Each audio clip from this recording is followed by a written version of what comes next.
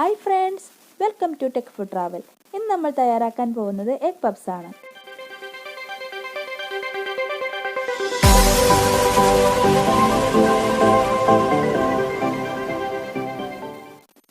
അപ്പോൾ നമുക്ക് egg പപ്സിനുള്ള gravy തയ്യാറാക്കിയെടുക്കാം.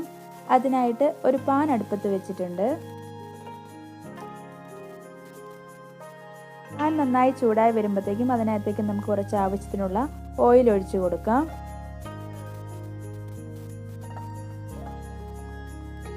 ഓയിൽ ഒന്ന് ചൂടായി വരുമ്പോഴത്തേക്കും അതിനകത്തേക്ക് കുറച്ച് കടുക് ഇട്ട് കൊടുക്കാം. കടുകെല്ലാം പൊട്ടിക്കഴിയുമ്പോഴത്തേക്കും നമുക്ക് അതിനകത്തേക്ക് കുറച്ച് കറിവേപ്പില ഇട്ട് കൊടുക്കാം.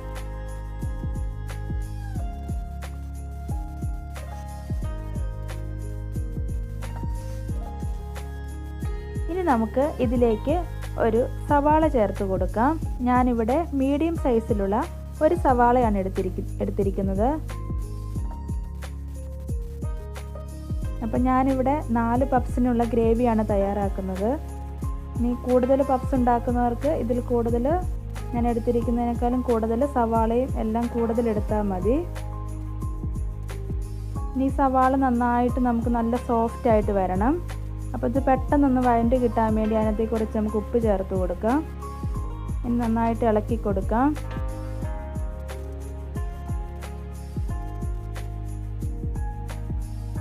ഇനി നമുക്കിതിനകത്തേക്ക് കുറച്ച് ഇഞ്ചി വെളുത്തുള്ളി പേസ്റ്റ് ഇട്ട് കൊടുക്കാം.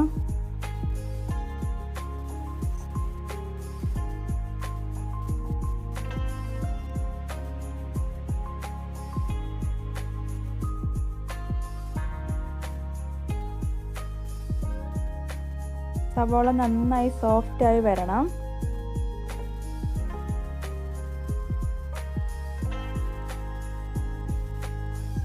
ഇനി നമുക്ക് ചെറുതായിട്ടൊന്ന് തീ കുറച്ച് കൊടുക്കാം. നമുക്ക് ഇതിനകത്തേക്കുള്ള മസാല ഇട്ട് കൊടുക്കാം. ഒരു 1/4 ടീസ്പൂൺ മഞ്ഞൾപ്പൊടി ഇട്ട് കൊടുക്കാം. ഒരു സ്പൂൺ കാശ്മീരി മുളക് പൊടി, 1 സ്പൂൺ മല്ലിപ്പൊടി,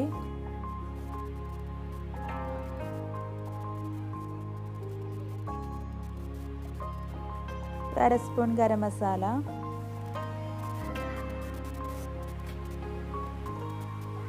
ഇനി നമുക്ക് ഈ പൊടികളുടെ എല്ലാം പച്ചമണം മാറുന്നത് വരെ നന്നായി മിക്സ് ചെയ്ത് കൊടുക്കാം.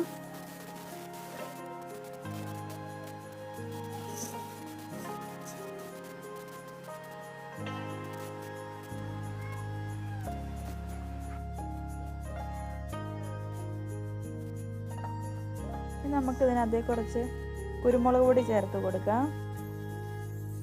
ഏകദേശം ഒരു 1/4 ടീസ്പൂൺ.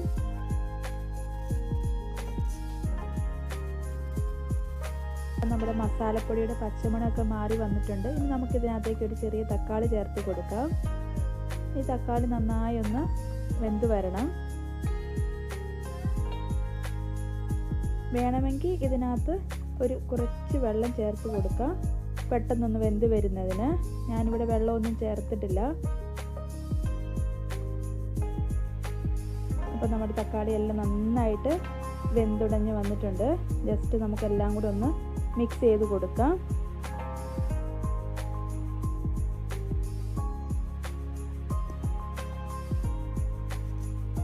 ജസ്റ്റ് നമുക്ക് ഉപ്പൊന്ന് നോക്കാം. ഉപ്പൊക്കെ കറക്റ്റാണ്. അപ്പോൾ നമ്മുടെ എഗ് പപ്സിനുള്ള ഗ്രേവി ഇവിടെ തയ്യാറായി വന്നിട്ടുണ്ട്. നമ്മൾ പപ്സ് ഉണ്ടാക്കാൻ റെഡിമെയ്ഡ് ഷീറ്റാണ് ഇവിടെ എടുത്തിരിക്കുന്നത്. അപ്പോൾ നമ്മൾ ഫ്രീസറിൽ നിന്ന് ഒരു 3-4 മണിക്കൂർ മുമ്പേ പുറത്തെടുത്ത് വെച്ചതാണ്. നമുക്ക് ഈ ഷീറ്റ് ഒന്ന് ജസ്റ്റ് ഒന്ന് പരത്തി കൊടുക്കാം. ചില ഷീറ്റുകൾക്ക് ചിലപ്പോൾ കുറച്ച് കട്ടി കാണും. അതിനു വേണ്ടിയാണ് നമ്മളിങ്ങനെ ജസ്റ്റ് ഒന്ന് പരത്തി കൊടുത്താൽ മതി. ഇനി നമുക്ക് ജസ്റ്റ് ഒന്ന് കട്ട് ചെയ്തെടുക്കാം. അപ്പോൾ ഒരു ഷീറ്റിനകത്ത് നമുക്കൊരു 6 പപ്സൊക്കെ ഉണ്ടാക്കാൻ പറ്റും. ഞാനിവിടെ 4 പപ്സേ ഉണ്ടാക്കുന്നുള്ളൂ.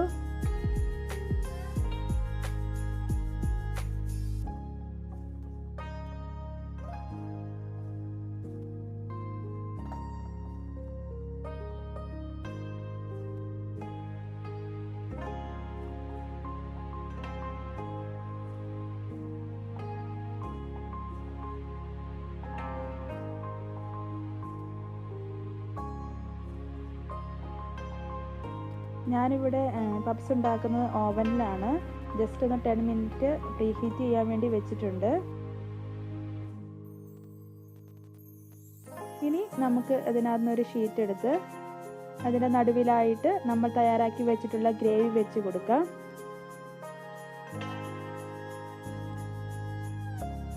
ഇതിൻ്റെ മുകളിൽ നമ്മൾ മുട്ടയുടെ ഒരു പീസും വെച്ച് കൊടുക്കാം.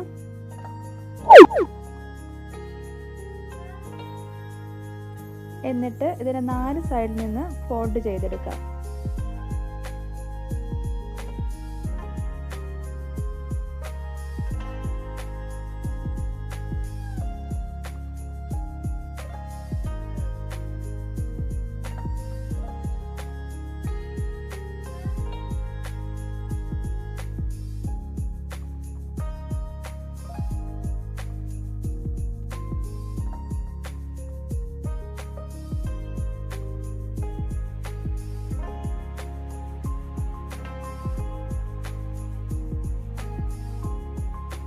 ബാക്കിയുള്ള ഷീറ്റും ഇതുപോലെ തന്നെ നമുക്ക് ചെയ്തെടുക്കാം.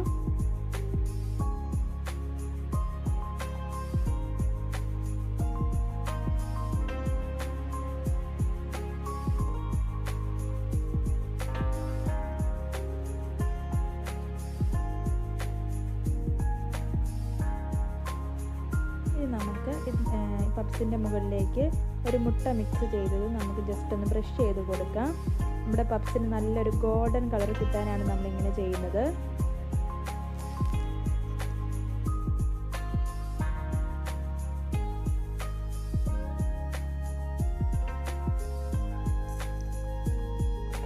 ഇത് നമുക്ക് ഈ പപ്സ് ഓവനിലേക്ക് എടുത്ത് വെക്കാം. അപ്പോൾ ഓൾറെഡി ഇവിടെ ടൈം 20 മിനിറ്റ് സെറ്റാക്കി വെച്ചിട്ടുണ്ട്.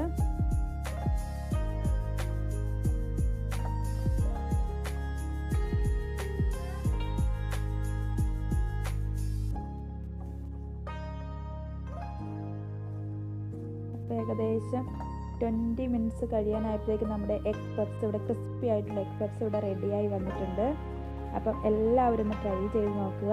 വീഡിയോ ഇഷ്ടപ്പെടുകയാണെങ്കിൽ ലൈക്ക് ചെയ്യുക, ഷെയർ ചെയ്യുക, and please subscribe my channel. Thanks for watching.